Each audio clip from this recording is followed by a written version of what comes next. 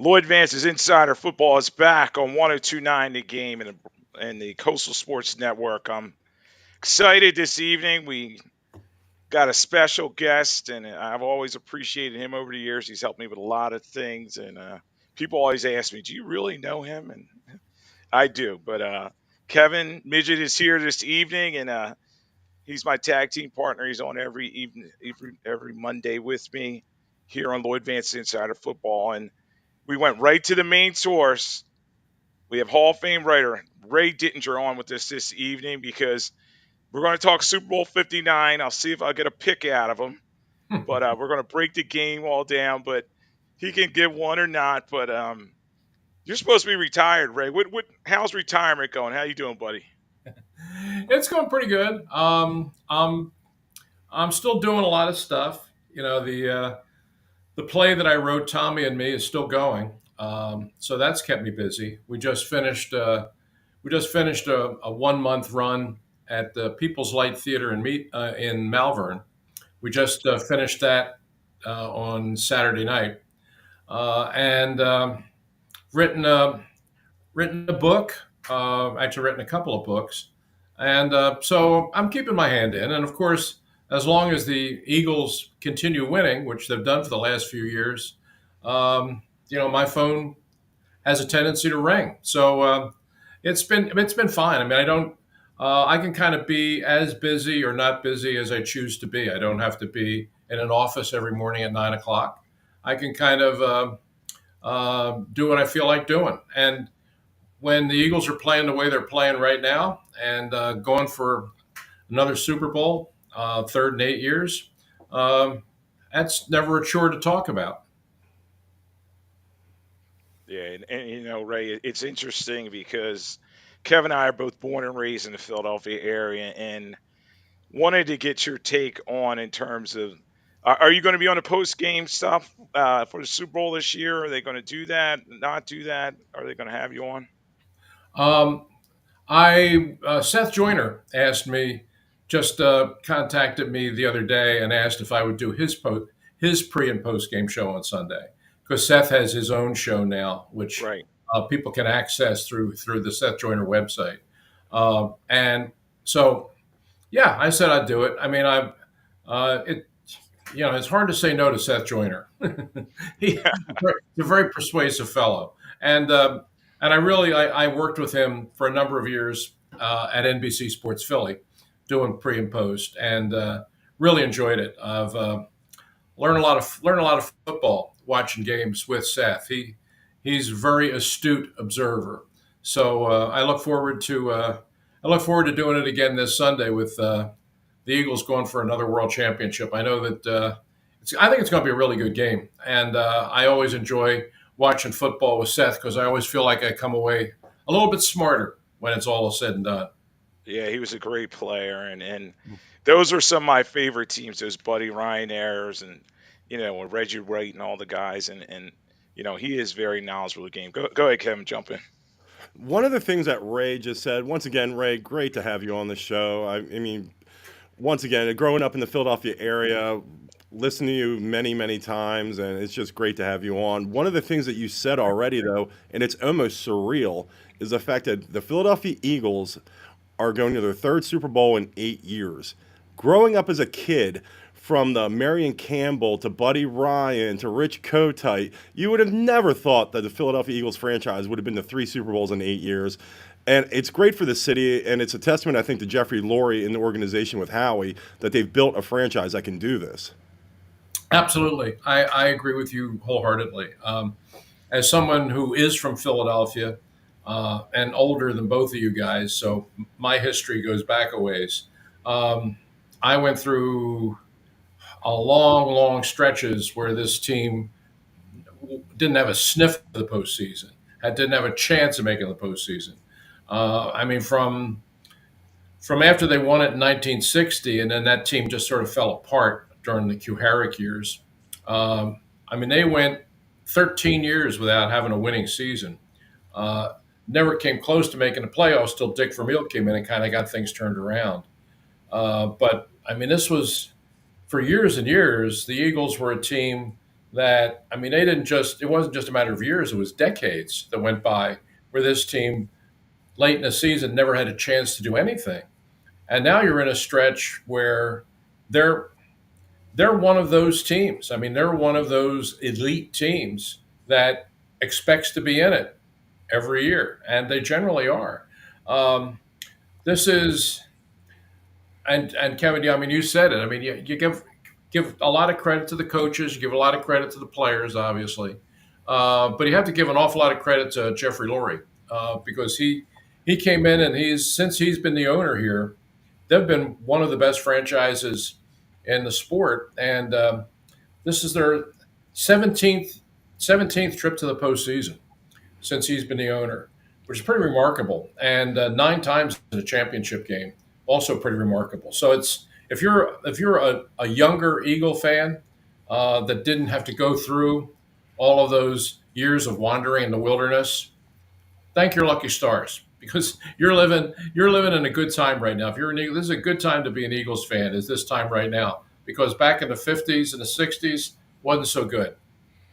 Yeah, and Ray is the author of the Philadelphia Eagles Encyclopedia. So, walking history of the team.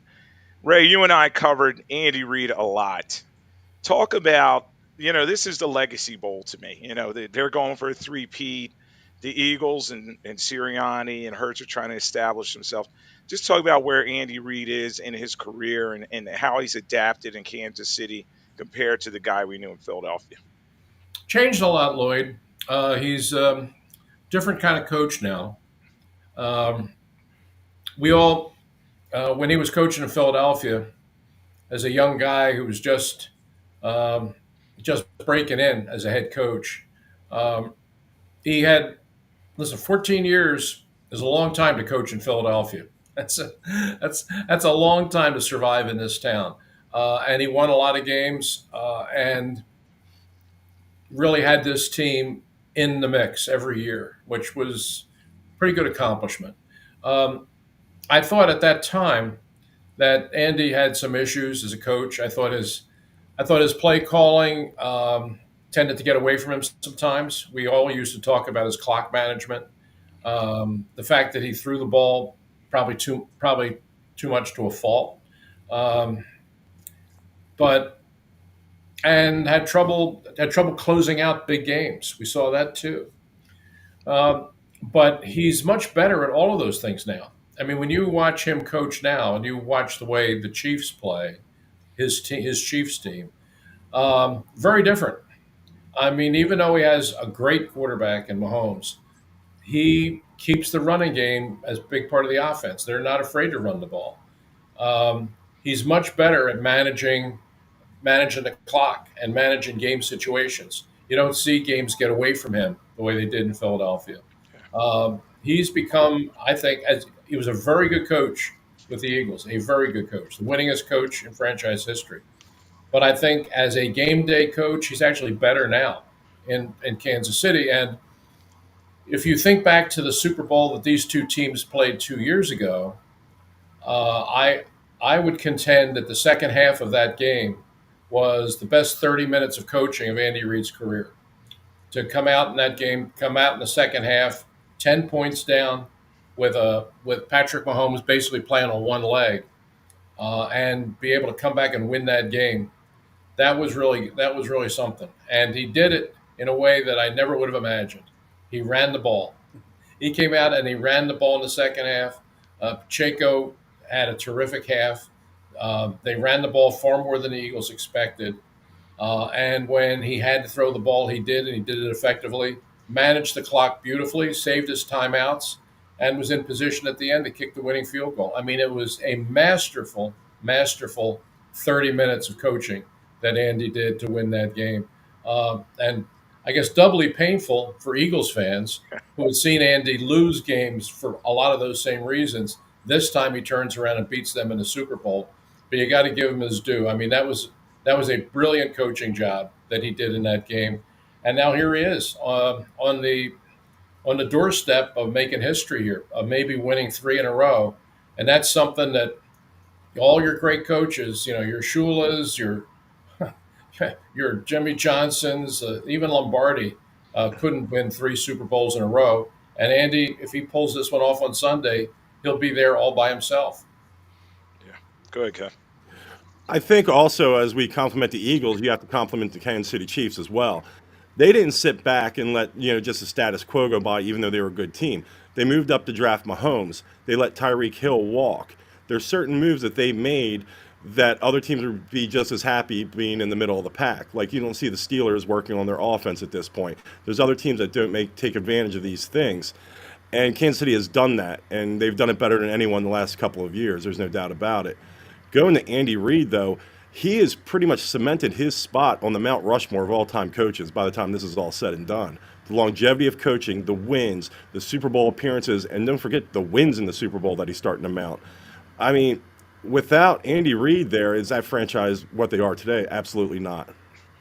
No, that's for sure. And, he has said that after 14 years, it was probably time for him to move on from Philadelphia. I mean, he had a great run with the Eagles, um, set the club record for wins by a head coach, had the team in the playoffs multiple times, four conference championship games, the Super Bowl. I mean, it was a heck of a run that he had in Philadelphia. But that 14th year, the thing had just come to an end. I mean, it had hit its time in Philadelphia, had run its course, and he needed a change. The team needed a change, and it worked out great for everybody. That he went off to Kansas City. I mean, I think he was let go by the Eagles the day after the game. It was Monday. They lost. They got run out of the Meadowlands by the Giants. The final game. He was let go on Monday. Was contacted by the Chiefs. Met with them 2 days later, and they announced he was the coach. I mean, before the week was out, he already had another job, and he has thrived in Kansas City. I mean, he went to Kansas City. It was a fresh start um, with some good young players, and he brought his system in there, and he made it work. And as it went along, I think he became a better coach. And obviously, the trade that he engineered to move up to 10 to get Patrick Mahomes. At the time, a lot of people thought, gee, it was a high price to pay to trade up to 10 to get a coach to get a quarterback that a lot of people had very mixed opinions on. I mean, Patrick had a losing record in college, but Andy really believed in his skills, and he really felt that if I can develop this guy, if I get this guy and I can work with him, I might have a really special player. And boy, does he ever! I mean, Patrick Mahomes has become an all-time great quarterback, and that's what the Eagles are going to have to deal with this week. They're going to have to find a way to beat this guy, and 17-3 in the postseason. He's pretty good in these games, and the Eagles are going to have to find some way to slow him down. But it's other teams have tried it and not had a whole lot of success. And we're talking to the great Ray Didinger here on Lloyd Vance's Insider Football on 102.9 The Game, the Coastal Sports Network. Ray, I have a lot of friends and family and from the Philadelphia area, and they're like, all right, enough with the Chiefs. You got Ray Didinger on. They want to talk about their birds. Everywhere I go, the supermarket, getting gas, they're talking about go birds. And just talking about this season Saquon Barkley has had. And you write an encyclopedia can kind of do this comparison. Is he as good as Steve Van Buren as an Eagle or better? I mean, where would you rate him amongst the greats? And just talk about his impact this season for the Eagles. Well, I think that's the only comparison you can make is to Van Buren. Um, I know Van Buren is way before most of our audience Yeah. can imagine. I mean, Steve played in the 40s. His career ended in 51, and so hardly anybody watching this has ever seen Steve Van Buren play. Probably, you may have only seen two or three film clips over the years. Um, but up until now, up until this year, I have always contended that he's the best running back in Eagles history. And they have had some good ones. They have had some really good ones over the years. And I know Shady McCoy broke Steve's record for yardage in a career. And Shady was a really good player, really good running back. But Steve Van Buren was certainly better. I thought that, Wilbert Montgomery broke Steve's record for rushing yards in a season, and and Wilbert was obviously the key to the Vermeil team that went to the first Super Bowl. Um, but Van Buren was better than he was. And then you've had other ones: Timmy Brown, Deuce Staley, Brian Westbrook, Ricky Waters for a couple of years.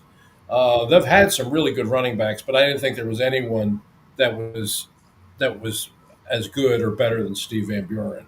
Um, Barkley's the only one that's come along that that you really have to look at it and really think about it, because what he's done this year is so remarkable. Now, my feeling on it is at this point, um, I think that what Barkley has done this year, if he wins this game on Sunday, if they win the Super Bowl and they win the championship, I think you can probably say that this was the greatest season that any Eagles running back has ever had.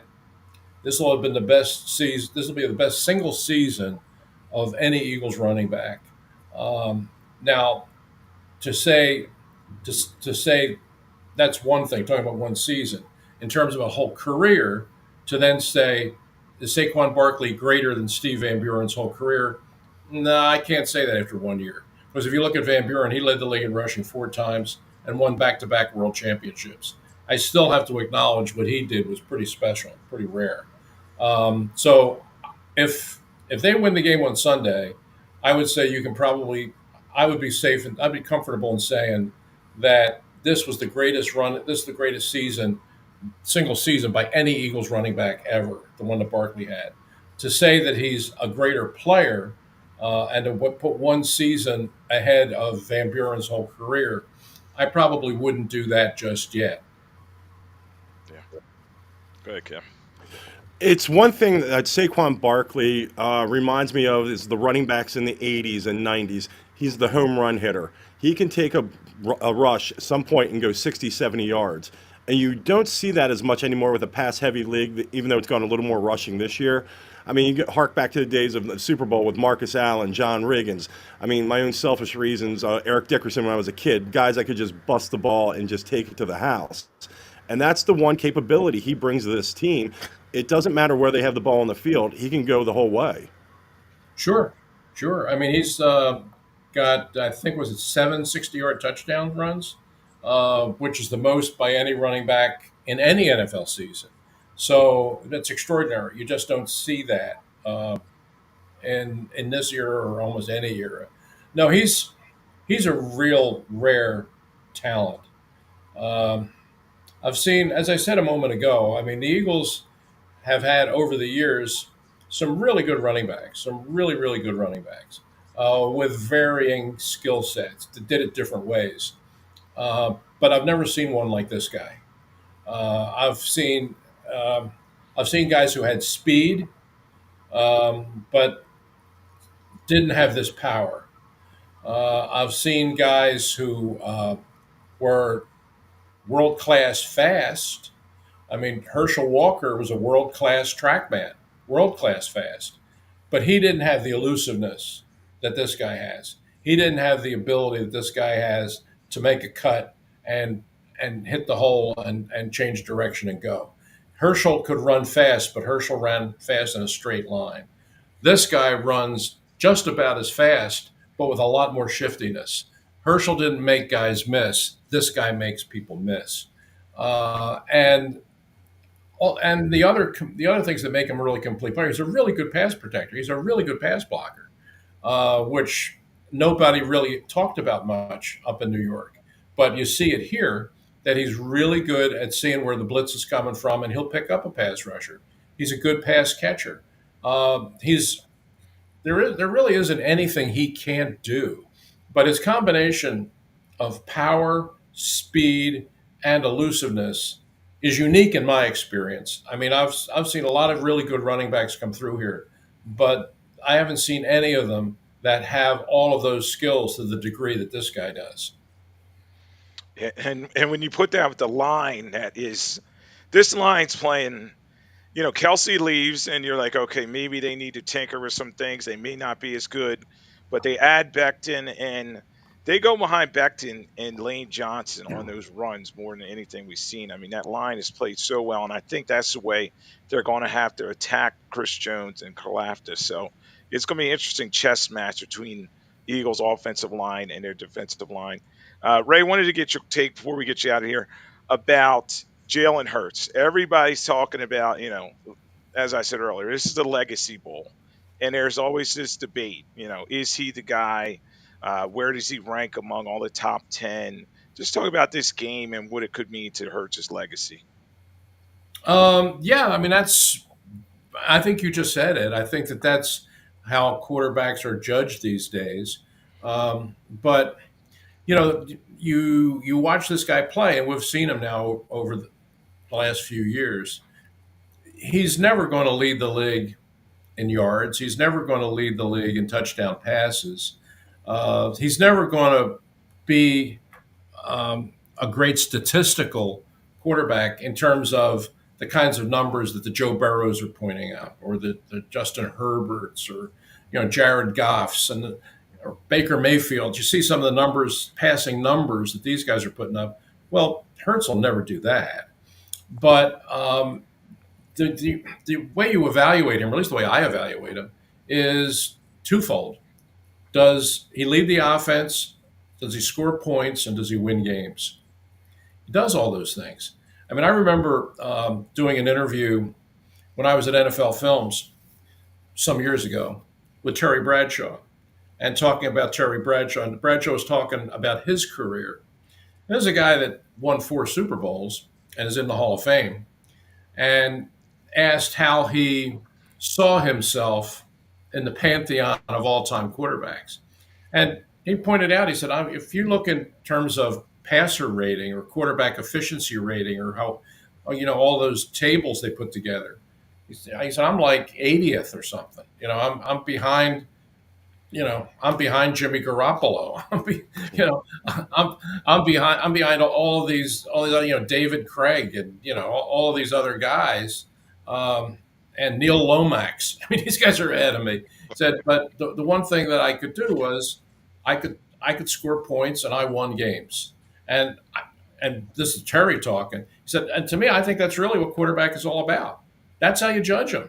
Did he score? Did he score points for his offense, and did he win games?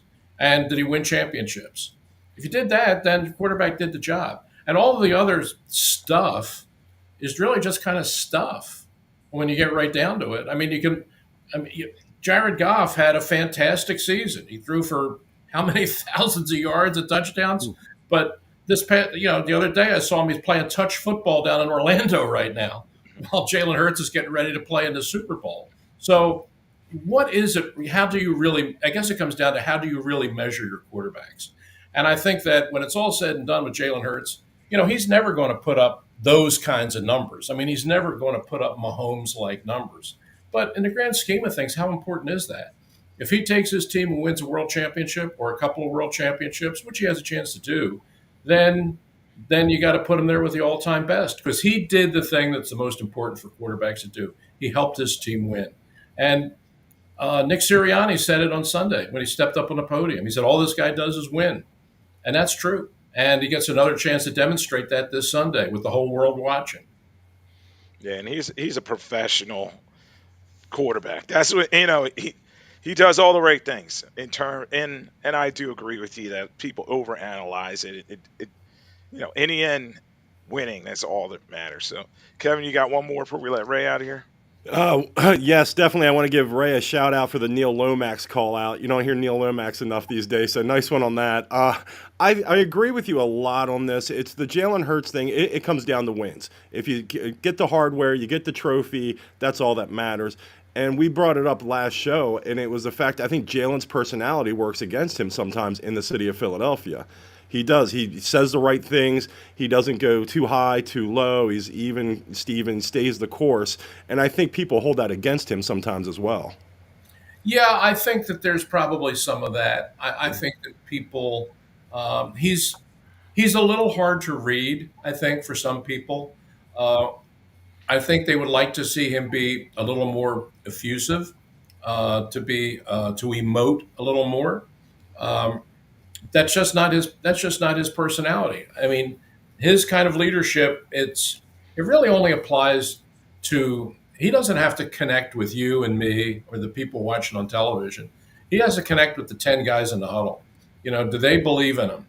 Do they? If it's if it's the fourth quarter and they're behind, they got time for one drive. When they get in the huddle with him and they look at him, do they believe in him? Do they believe that he's going to make the plays that are going to take him down the field and win the game? If they do, that's the definition of leadership. He doesn't have to show a lot of emotion on the bench. He doesn't have to do great interviews. He doesn't have to be colorful. He just has to be the guy in that moment. And I think that's how these players react to him. He is a completely dedicated to his craft. And I really don't think he cares much one way or the other about the stats. If people want to rank him here, there, or wherever on the scale of quarterbacks, that's fine. But I think all that matters to him is winning and winning a championship. And that was a bitter, bitter loss for him in the Super Bowl 2 years ago. I mean, he played his butt off that day and came up short against this team and against this quarterback. And I guarantee you, he's thought about that for every at some point every day for the last 2 years. And now he gets another chance. Now he gets another crack at it against the same team and against the same quarterback. And that's why I feel he's going to play a really good game on Sunday, because he knows how it felt to lose the last time around, and he doesn't want to have that feeling again. Yeah, yeah, Ray. We really appreciate you jumping on. I know you got a lot that you're doing, and taking the time for us. And you want to plug anything? Is Tommy and me going to go anywhere else in the area, or? Um, Tommy and me, we just finished our run at People's Light Theater in Malvern, and it was so successful. We sold out every night, nice. and it was so successful, and people liked it so much that the People's Light Theater has already told us they want to bring us back next year and do it all Oh, that's over again. awesome. That's So, great. next year in 2026, and it looks like they're talking about this time they'll bring us back in the fall, actually in the football season, probably like October. We'll be coming back to People's Nice. Light, and I know a lot of people have already seen Tommy and me, but if you haven't, you will get another chance next year. And here's the thing, Lloyd: next year will be the 10th anniversary of Tommy and me. You believe Oh my that? goodness. This will, Wow. next year will mark the 10th year that this play has been performed. I mean, we did it for the first time in 2016, and I never in my wildest dreams thought it would still be doing it in 2026. But we are, and if folks want to come out and see it, they'll get another chance next year. That's great. We appreciate you, and you're a football treasure. I always love running into you, at the press box, and we used to talk to each other at practices. So I'll I see you enjoy around. I enjoy it too. Let's do it again sometime. All right, appreciate it. All right, Ray, thanks for jumping on, and we'll talk to you down the road, man. Okay, take care, guys. It was All my Thanks, right, pleasure. Ray. Thank thanks. Wow, Kevin, we got it done, man. We had a legend on, No doubt about and that. and Super Bowl week as it is too. You talk about the Eagles. There's nobody else other than Ray, and that's a good get for Seth Joyner, getting him on his show, and I can only imagine them breaking down tape. I mean, that's got to be something else. I remember Ray. When I first met him, he was over at NFL Films. He was the editor, and he just loved watching tape. I mean, he said that's how he was a writer, and then they taught him how to edit tape and film over there at NFL Films, and I can only imagine the conversation. Because Seth, he was a quarterback at the Eagles defense back then. Him and what was it, Willie T. Hmm. Those guys really called the plays for them. Terry Hogue and Wes Hopkins. I mean, they were in charge of Buddy Ryan's defense. So I mean, they know every situation, every step. So great stuff getting Ray on. Maybe we'll get him on down the road. And you're here on Lloyd Vance Insider Football on 102.9 the game. Coast Sports Network. So glad everybody could be with us. Kevin and I are going to break down Super Bowl 59. They arrived, Kevin. Hopefully everybody behaves themselves. Everybody always talks about Eugene Robinson. Don't want anybody do anything like that. And Ray can tell you, and we talked about it too, the Eagles, they kind of were uptight before 1980 when they went. They kind of just stayed in a hotel. You just got to find that mix, and I heard a lot of the Eagles as they were arriving. They were talking about it as a business trip, and I think that's how the Chiefs are going to approach it. Do you think the Eagles, as a whole, do you think they're ready? And kind of like piggybacking off what Ray said, Super Bowl 57 was it was very close. They lose 38-35, leaves a sour taste in their mouth. Do you think they had their heads down, ready to roll? Because most of these guys played in that game. Yeah, I mean, if you look back and you really think about it, it's the Eagles blew that game. If you're up double digits going into the second half of the Super Bowl, you need to close that out. You need to put that team away. They didn't do it. So what they have to do this year is just keep the foot on the gas and keep going the whole way, whatever is working for them on that particular day. The one thing I do know is that they're going to have to run the ball. They're going to have to keep Mahomes off the field. They're going to have to establish the run. And the one thing that works in their favor is in the playoffs, the Chiefs are giving up, I believe it's 148 yards a game rushing. And that's without playing against Saquon Barkley in this offensive line yet. So they have that going for them. Yeah, and that's how you got to approach it. Whenever I analyze these games, I look at three. You look at the offense defense matchup. You got to look at every phase of the game, the special teams, and of course, every game plan is to win is pretty much the same. You got to possess the ball, which means you got to run the ball effectively, no turnovers, strong quarterback play, maybe a couple big plays here and there. But the team that's the most consistent, that makes the adjustments, kind of what you were talking about in the second half at halftime, because it's going to be a long performance, they're usually a team that wins. And veteran teams on both sides here. And we'll start first. The Eagles offense versus the Kansas City defense. Now, I think as long as Sirianni does not get too cute, he's got to stick to, and Kellen Moore, I'll throw him in there too. They got to stick to a game plan. And what Ray was talking about, Saquon Barkley is having a magical season. Why not continue to run him behind that Eagles offensive line? Now, obviously, Cam Jurgens is banged up with the back and Dickerson with the knee. But how do you see this Eagles offense versus Kansas City defense? Well, you're right. It all comes down to the health of the offensive line. If those guys aren't close to good to go, everyone's banged up at this point. But if you can get these guys at 85, 90%, you got something you can work with. If their injuries are more than that, Spagnuolo is probably going to find a way to exploit it at some point. They're going to be watching these guys from the get-go of the game. Adrenaline's only going to carry them so far. And that could be the issue for the Eagles right there. Turn the ball over is huge. As they don't turn the ball over, they have the ability to just go down the field in this Kansas City team, and we could get into a little bit of a shootout here. The defense it's all about how they counterpunch with that offense that comes at them. And the Eagles, I think the advantage is on their side. Yeah, and Kansas City goes in as a 1.5 point favorite. I think the over and under is around 48 points. So they're expecting some points in this game. And when you look at the Eagles offense, Jalen Hurts, it's a prove-it game for him. And I brought up all the stats from last time they played in 2022.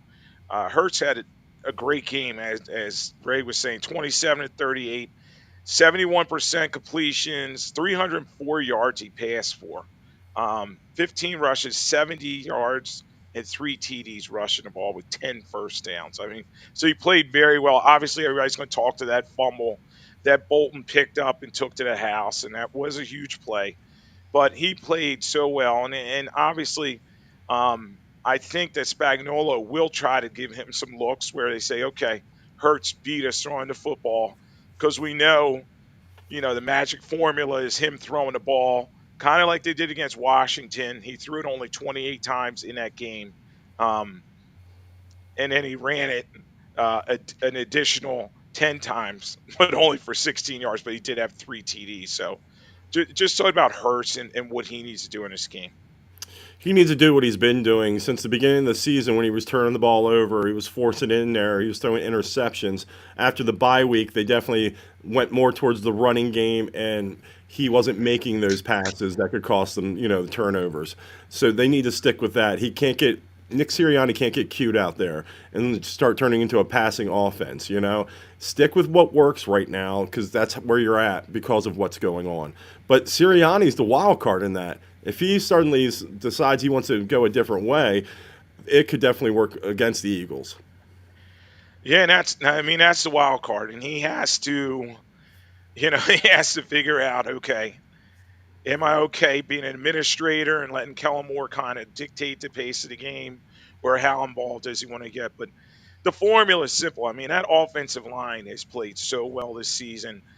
Huge matchup though against Chris Jones. Karlaftis is one of the best pass rushers in the NFL, kind of unsung guy. Um, Talk about how they're going to try to neutralize Chris Jones. And then in terms of the Chiefs, Spagnuolo has good linebacker in Bolton, and then he has two very good corners, McDuffie and Watson, who's finally coming back from that injury earlier in the season. I think the best thing Kansas City is going to do is they're going to stack the box. There's no doubt about it. They'll leave McDuffie out there on the Eagles' best receiver at the time, which is probably going to be A.J. Brown. Devontae Smith needs to show up and make the catches when they're coming his way. The tight end for the Eagles is always a wild card spot. Are you leaving Dallas Goedert in there to block, or are you going to send him out in some routes? If you can get Goddard involved, it's going to open up the rest of the offense. So it depends how do they come out, just a little timid, or do they go out and try to win the game from jump? And that's one of the things you're going to see. And it's, once again, like I said, it comes with the turnovers. If you remember that last Super Bowl, Miles Sanders was your running back. Miles Sanders had a big fumble, and, you can't have that. And I think they're in a better position with Saquon, most definitely. Yeah, and the interesting thing is third downs are going to be big. Can they get the Chiefs off the field? Because Patrick Mahomes, you saw him against the Bills. He was moving the ball in terms of his legs. He had 11 rushes for 43 yards, two TDs, and most importantly, he had two touchdowns rushing the football. So he was kind of changing the script in that one. And um, in terms of the Eagles, they got to limit penalties as well. You can't have the holding penalty, the lineman down the field, etc. Talk about that. Everybody wants to talk to me all week. All my Eagles people say, Lloyd, they're going to go against the refs too. Did the Chiefs get home cooking? I mean, is this something that needs to be worried about? I tend to think, look, the officials really don't decide the game. Yes, they make some BS calls here and there and get you mad, but it usually goes both ways. Well, it depends on who you talk to and what area of the country you're from, to be honest. If you're in a part of the mid-Atlantic, it's more skewed to, I would say, 65-35, the Chiefs are getting the calls. But if you go out there and you perform, don't put the officials in a position to make those Right. calls. Execute your offense, execute your defense, and you don't have any problems right there. My biggest concern for this game on the Eagles' standpoint, Sirianni is the only thing that can cost the Eagles, I think, this Super Bowl. He's going to do something very questionable, I'll put it that way, on a fourth Oh down yeah. call. On a fourth down call, instead of punting it or kicking a field goal, he could do something a little out there that could cost him this game. And it's interesting because Kevin, he's been talking even keeled, as everybody's been saying since that bye. And I've learned I'm not the same guy that turned around and yelled at all the Eagles fans against the Browns. But he still has the histrionics and the faces. And it's so funny whenever because I'm born and raised in Philly area like you are, but I still have a national perspective. And a lot of people I talk to, I may be in an airport or something, are like, "Oh, Philly, what's up with that coach, man?" They always say, "What's up with him?" And of course they go to our fans as well. But it's a Philly thing. He's their guy. I think the best thing about him is the team believes these young guys seem to have bought into him. I we've always questioned like, was he on a short lease this season because he didn't get his extension? Obviously, he's going to get it. But as I was saying with Ray, this is the legacy bowl. This is his legacy, Hurts's legacy, or the Chiefs three-peat. Well, I think I flip-flopped on the Chiefs three-peating for about 5 months now. I went back and forth, and I finally came to the conclusion a couple weeks ago where it's like, until I see somebody beat this team in the playoffs, I don't think it's going to happen. They've proved me wrong over and over again. It used to be back in the day. You would bet against Tom Brady and the Patriots. Oh, they're going to lose. Oh, they're not going to lose. They're due to lose. And they just kept winning. So once again, on a betting standpoint, have I made any decisions yet? Absolutely not. I can throw some stuff out here, but in my heart of hearts, have I made a decision? Nope, not at all. Yeah, and we'll give our official picks, or if you don't want to, I could kind of see that Ray was hedging against making one, and it's funny because I always I talk about all the friends and relatives that are Eagles season ticket holders, and Mr. Analyst, you're an analyst, you don't, they want me to put on the green goggles, and I've looked at this from a lot of angles. This team, the Eagles, hey, they've outperformed my expectations. I actually thought they would make it to the conference championship and maybe have some problems with the Lions, but this has been a great season for him, and it all starts with Saquon. I mean, he's running the ball so well, and I think that's who Spagnuolo is going to key in this game. They are going to try to stack the box. Bolton's going to be in the mix as well, and Chris Jones has got to be blocked. So, yeah, that's an interesting matchup. Eagles offense, Chiefs defense, and we're talking about Super Bowl 59 here on Lloyd Vance Insider Football. 1029 the game, Coastal Sports Network. I'm here, Kevin Midgette. We were lucky enough to be joined by Ray Didinger in the first part of the show. We'll keep breaking down the game. Let's talk about the other side of it. Chiefs offense. Okay, everybody's going to say against the Eagles defense. All right, they're going to say, oh, no duh, you got to stop Patrick Mahomes. But there's a lot more to it. I mean, in terms of the Chiefs offensive line, they've changed some things around. They moved Joe Thuney from left guard. He's at left tackle. He did okay against the Bills. They only allowed 2 sacks in that game, but that's a big change. And they do have one of the better centers in the game, in Creed Humphrey. So it's going to be interesting to see how this shakes out. I think Kelce is going to be a factor in this game because Zach Ertz played very well last 2 weeks ago or whatever against Washington.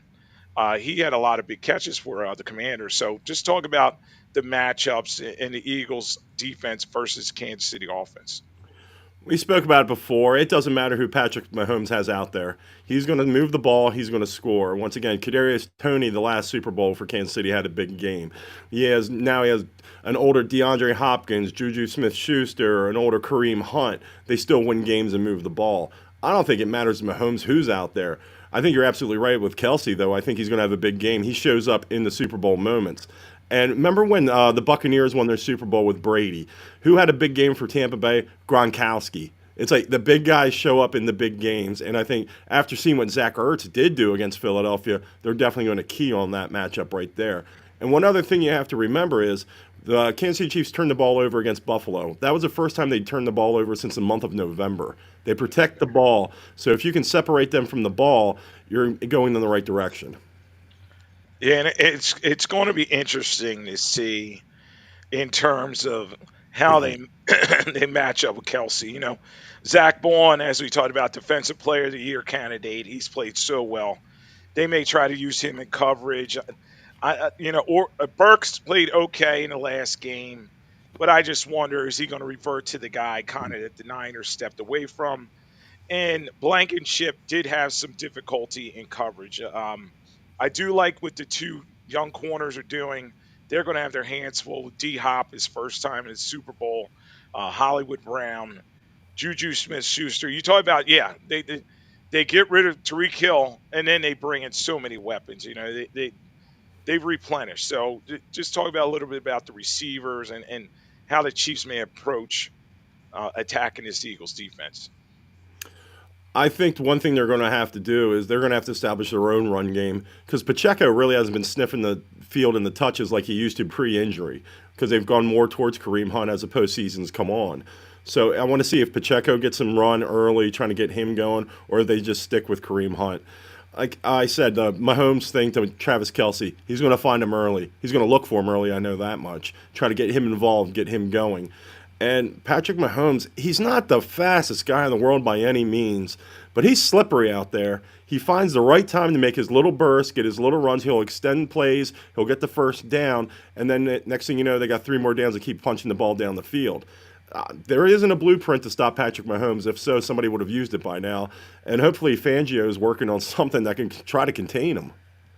Yeah, it was a great point about the running game, and Ray kind of talked about it too. Pacheco, when they played in the Super Bowl last time, 15 rushes, 76 yards, 1 touchdown, 4 first downs, and he was running the ball effectively, and that's we'll see if Andy goes to that playbook again and does that. Matt Nagy is his offensive coordinator, see what they're going to do, but definitely maybe it may be Kareem Hunt, and he's playing his first Super Bowl. Don't forget they got rid of him, and then they won our Super Bowl run. So last time against the Bills, Hunt 17 rushes, 64 yards, 1 TD, and interesting matchup. I do agree with you. Mahomes has got to be contained on 3rd down, 4th down, if they go for it. And in this situation where he's used his legs when he needed to. He rushes the ball effectively, and one of my emailers, Byron, and I were talking. He said, "Well, Mahomes hasn't been Mahomes this year, so." It's kind of even with him and Hurts. I said, well, he's always Mahomes. I know he may have not had the gaudy numbers this year, but he's a winner. He's been in these situations before, been there, done that. Now, the Eagles, you talked about a good point in terms of when the Chiefs lost to the Bucs in the Super Bowl. The Bucs got pressure in his face, a la what teams used to do to Tom Brady and when he was with the Patriots when they beat him. So they hit Mahomes early and often, and that's what's going to be important. So talk about the importance of Jalen Carter in this game and the rest of the guys on that defensive line. I saw something where it's like the average age of the defensive line for the Eagles this Super Bowl compared to the last one when they played Kansas City. They're so much younger right now. Everyone's pretty much between 25 and 23 for the most part. We'll see if we get a Brandon Graham sighting or not in that game. But, I mean, you had Fletcher Cox, you had Hargrave, you had a lot of older guys then. They're a younger team. There's more speed, I think, on this defense as well. The thing is, it is the pressure to Mahomes if they can get to him or not, if they can, affect his play at all. If they can't, you give him time back there. As much as I like what DeJean and Mitchell have done this year, they're still rookies in their first Super Bowl. I mean, you got to think about what their level is going to be like with the adrenaline flowing, a little bit of nerves going as well. So it's one of those things. They have to sit there. Blankenship, I think, is the weak spot in the secondary for the Eagles. I think he can be exposed a little bit. And Slay isn't a young quarterback anymore. Slay's got some years on him, so he's definitely beatable as well. I mean, if it comes down to it, it's what team's going to blink first. If Kansas City's looking eye to eye with the Eagles going into the fourth quarter, Kansas City, I don't think they're not scared of any situation. They've been in them. They know what to do. They know how to execute. It's going to be the Eagles' defense and offense if they can counter it. Yeah, and they find a way to win. They've all season. Think about the game against the Broncos. You think it's over. They're lining up for the winning kick, and they somehow block it. So Mhm. they do situational football always in practice. That's what they go over, and then they're ready. They're ready for any situation, and that's what the Eagles have kind of done. They kind of they're not as fly by the seat of their pants. They're well coached this season, and Brandon Graham, that's going to be interesting. Does he play? That triceps injury, he's going to have to push off. I'm sure they'll have some kind of hinge apparatus on his elbow to help him. But everybody I've talked to that's at practice say he's flying around, he's ready to go. So, I mean, that would be a great story to see him out there. Obviously, Eagles fans want him out there. He was a hero in 2017 with the big sack strip, and maybe he'll get some things done. And the key will be who does he line up over, because Kansas City has struggled in terms of their tackles. Yes, I talked about Thuney earlier going to left tackle, but Jawan Taylor at the other tackle position. He's had a lot of injuries, a lot of penalties, holding penalties in particular, false start. I think that's where the Eagles' defensive line will attack him. He may have some problems with a guy like Nolan Smith. Nolan Smith has taken his game to another level this year, that's for sure. You, like I said, you put him with Jalen Carter out there as well. Even Jordan Davis, you have the young Bulldogs out there. It's one of the things also, it's like Zach Bond. I mean, he's trying to make money game. If Zach Bond goes out there and he gets 14 tackles, 15 tackles, I mean, it doesn't matter if Philadelphia opens up the checkbook or not. He's still gonna get paid no matter what. But he can really write his own ticket, and that's got to be in the back of his mind just a little bit. Yeah, Zach Bond's interesting because I'll ask you this. Do you think they re-sign him? And it's crazy because you go back all the Eagles linebackers over to, Bradham, Nate Wayne, and all these guys.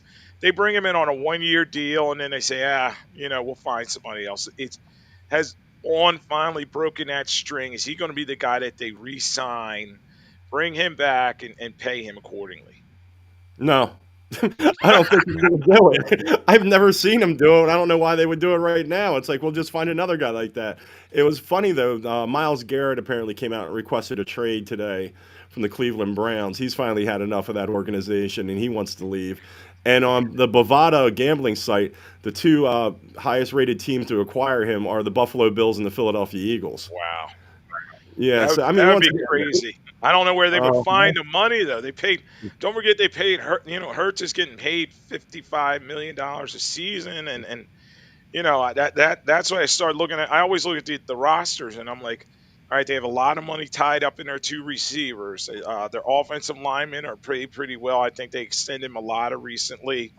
Hurts, Saquon, one of the highest paid running backs. Could they get him in the mix? But Garrett would be very interesting. It almost be abundance of wealth. I mean, you think about. I guess they would get rid of Sweat or somebody like that. You know what I mhm. mean? We haven't talked about Huff all season. I mean, Huff. They were talking about does he dress? Does he dress for Super Bowl 59? I would say no, but the fact that you have to even buy this guy a plane ticket to get there, I mean, he played more than Hassan Reddick this year, so you got to give him that. But at the same time, that was a bust signing or bust deal, I should say, right there. Yeah, that's going to be interesting to see. I wonder if there's a prop bet for that because they have prop bet on everything for the Super Bowl. Coin flip. What end of the end zone they take, et cetera, all that fun stuff. So you're here on Lloyd Vance Insider Football on 1029 The Game, Coast Sports Network. We're breaking down Super Bowl 59 here with Kevin Midgette. We had Ray Didinger on in the first part of the show.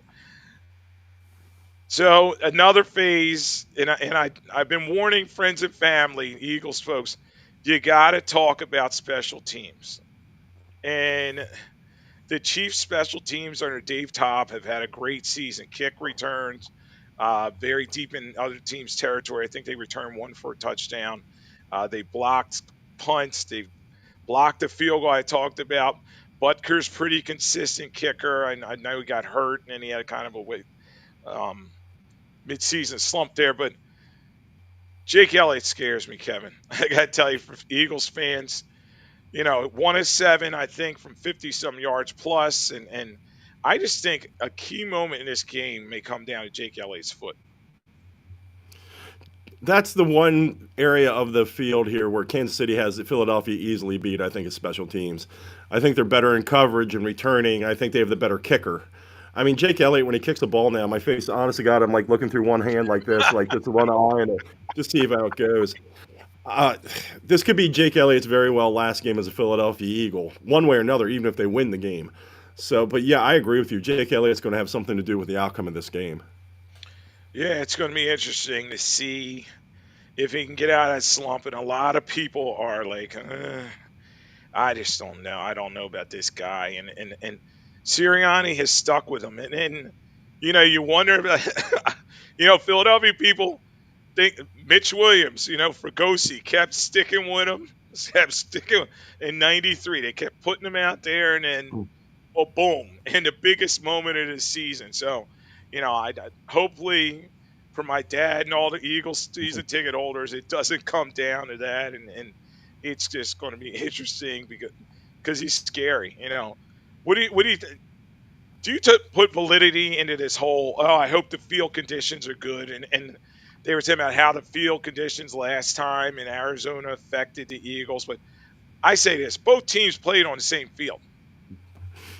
Yeah, I mean, the one thing that was so suspect about the whole thing is they're sitting there blaming Toma for the field, and the guy was like 105 then and everything else. It's like, come on, man.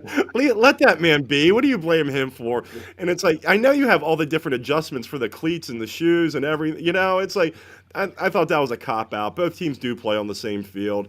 But, oh, yeah, there's going to be a microscope next to every little thing on that field, I guarantee you.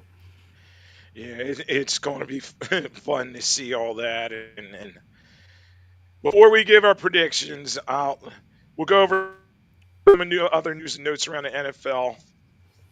Here, Lloyd Vance, Insider Football on 1029 The Game, Coast Sports Network. All right, Kevin. They're filling the coaches. Dallas Cowboys. Brian Schottenheimer. I mean, what was that? And then Jerry Jones goes on, and since we're on the internet, I can say this. He keeps talking about glory holes.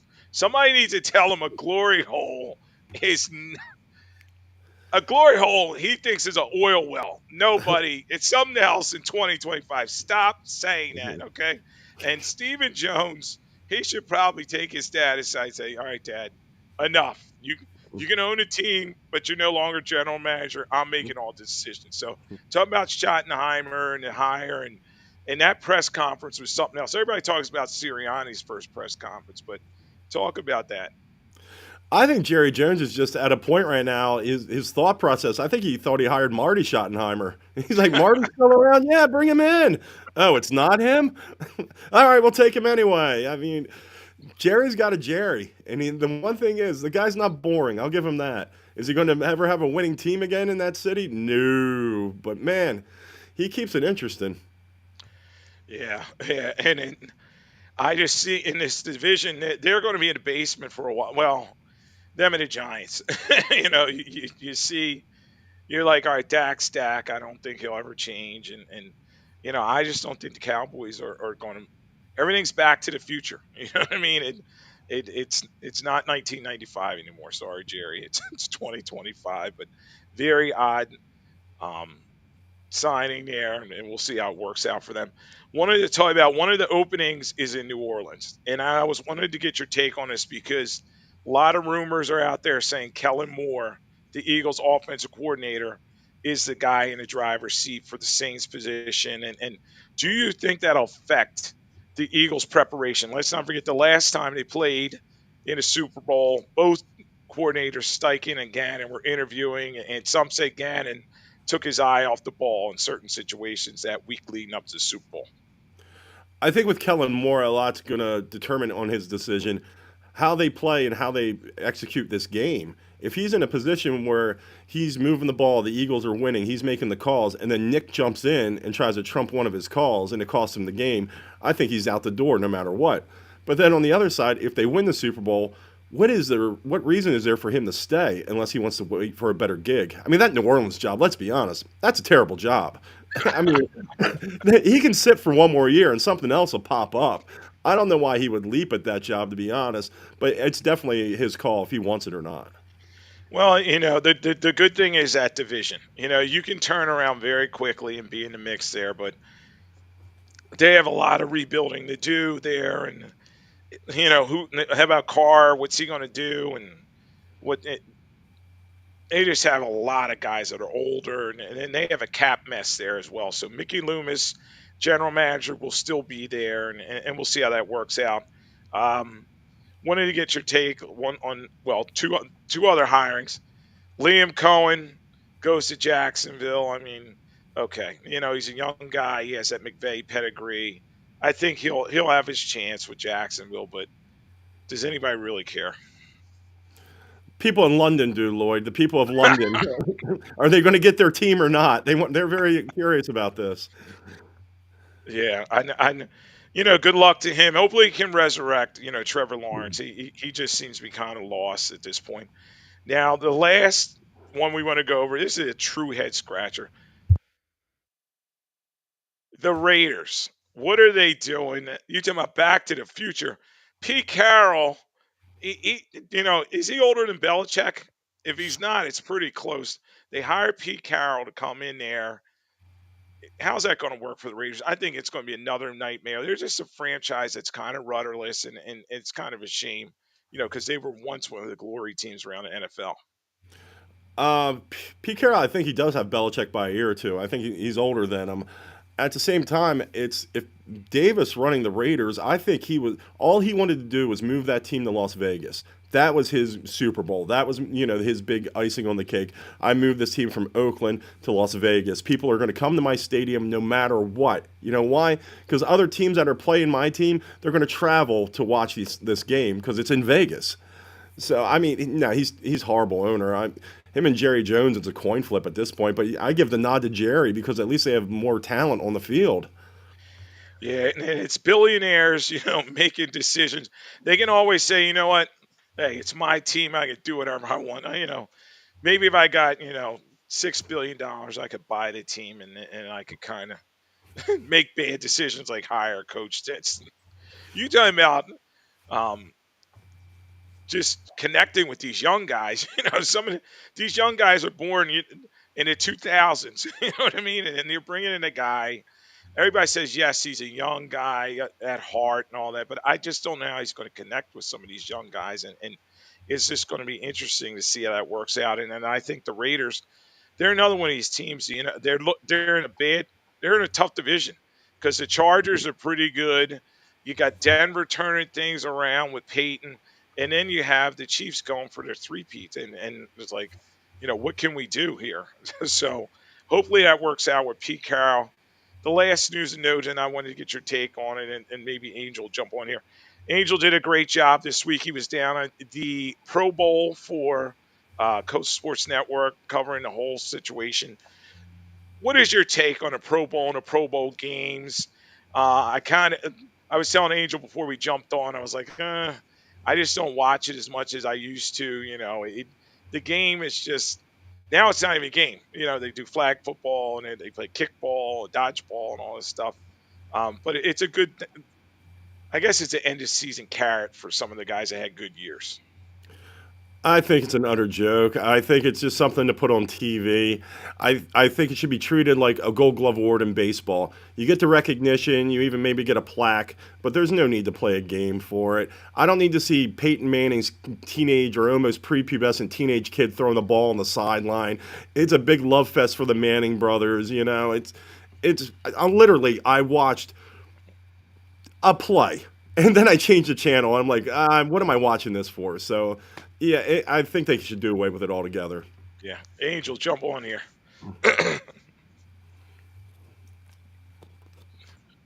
Okay. Oh, okay. Yeah, and I feel the same way. It's just like, all right, it's fun to see the young guys and run around and I was telling Angel some stories back in the day. My buddy used to cover it when they were in Hawaii, and that was really like their vacation. I mean, the players just wanted to get there, and then a lot of times they forgot about the game. They themselves. So Angel, talk a little bit about covering the game, and I thought Manning's son looked pretty good throwing that ball. How crazy would that be? A third, what? Well, you have Arch Manning at Texas now. But Archie Manning, then you have his boys, and now his grandsons are coming in the mix.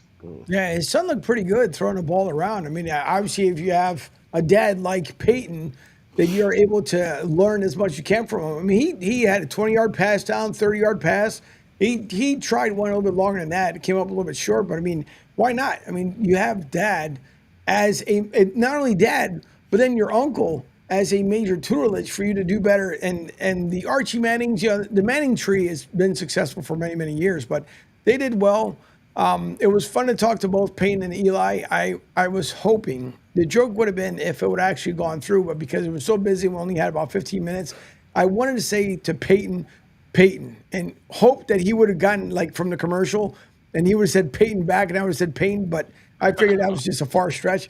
But nonetheless, I talked to him about not Saquon, excuse me, about Baker Mayfield, and it's hard for him to kind of hear what's going on because the person that asked the question was like a good maybe like 10 yards, 15 yards away from me, and he spoke really low, so I couldn't hear it. So by the time he finally got to me, I asked him about Baker Mayfield, and he says, I'm getting tired of repeating myself, but here's what I said.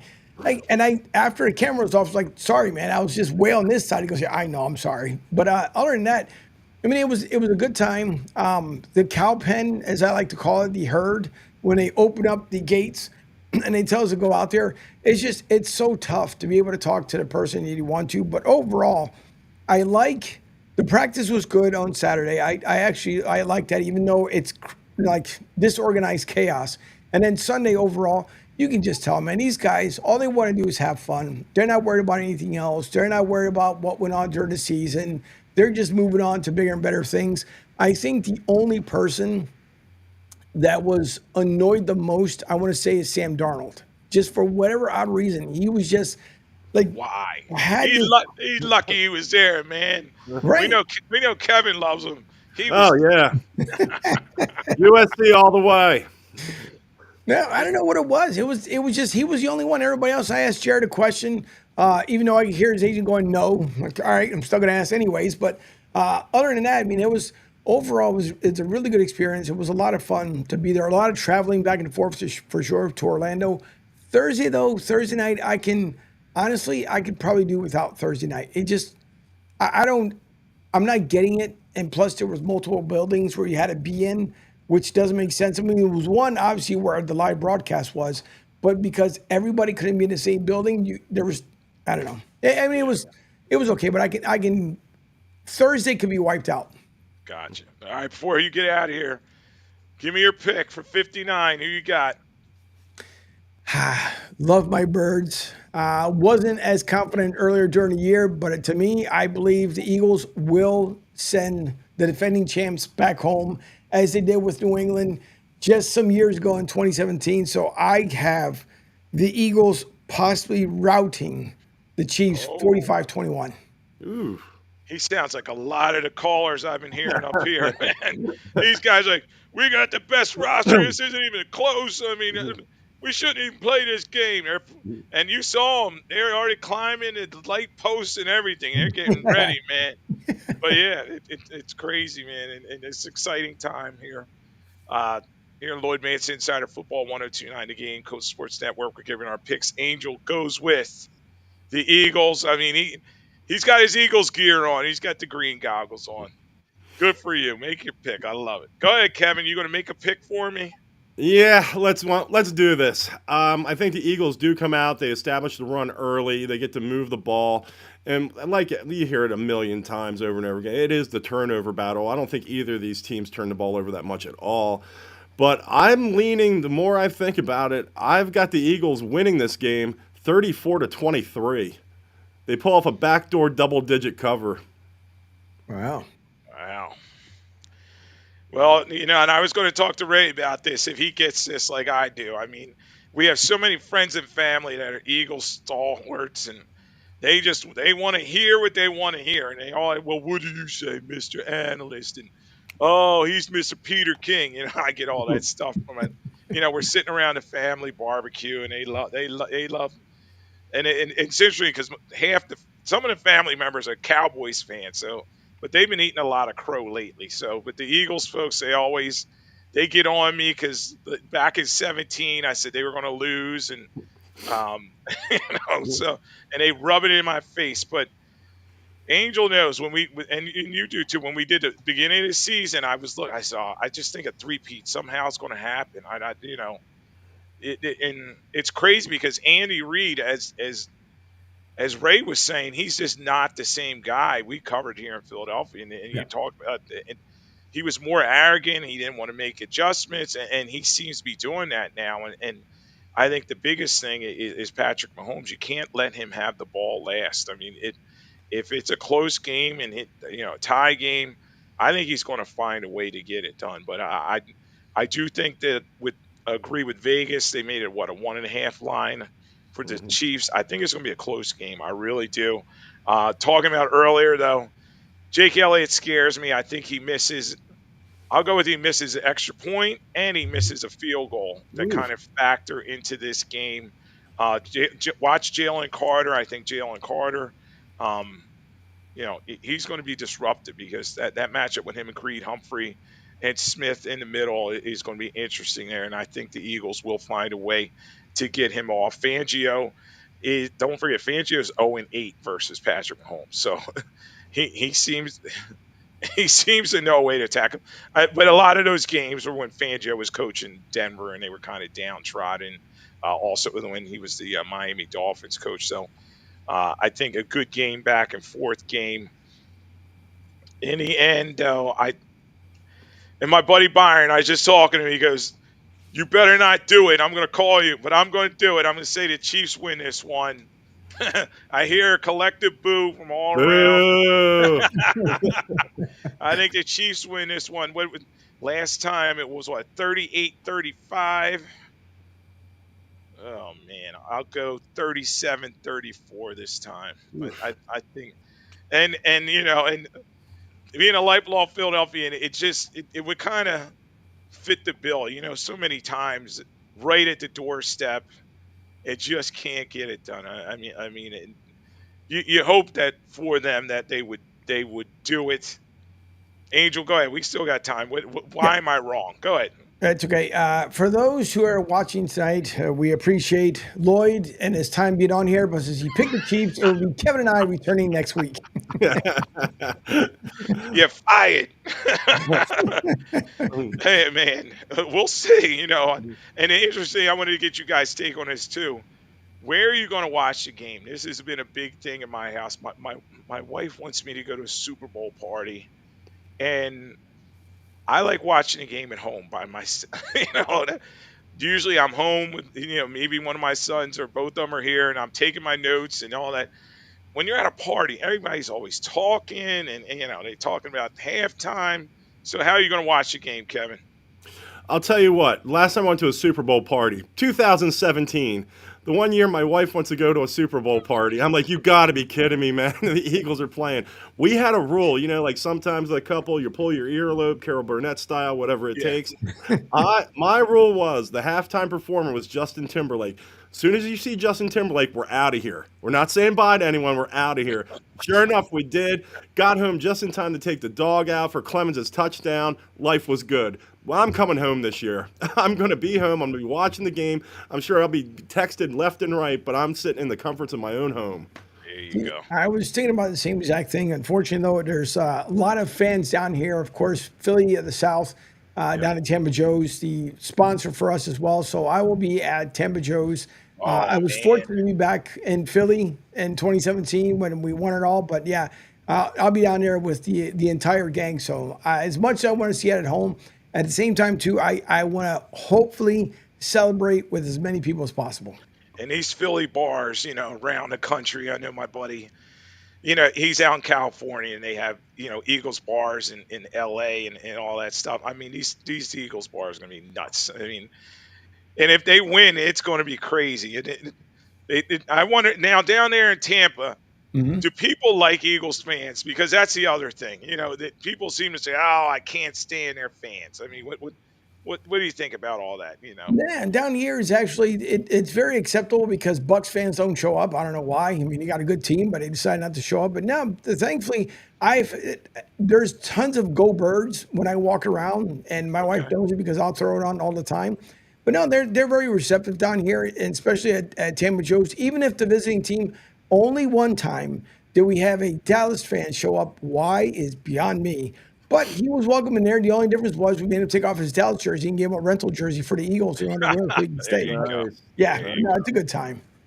Great. Great stuff here on Lloyd Vance Insider Football on 1029 The Game, Coast Sports Network.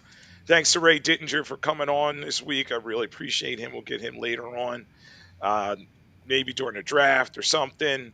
Kevin, another great week. Angel, great job behind the glass and also giving your report about the Pro Bowl. We'll look forward to talking to everybody after the Super Bowl. Again, I picked the Chiefs. I'll probably be wrong. So, you know, don't get too mad, fans. So thanks for joining us. We'll talk to you later.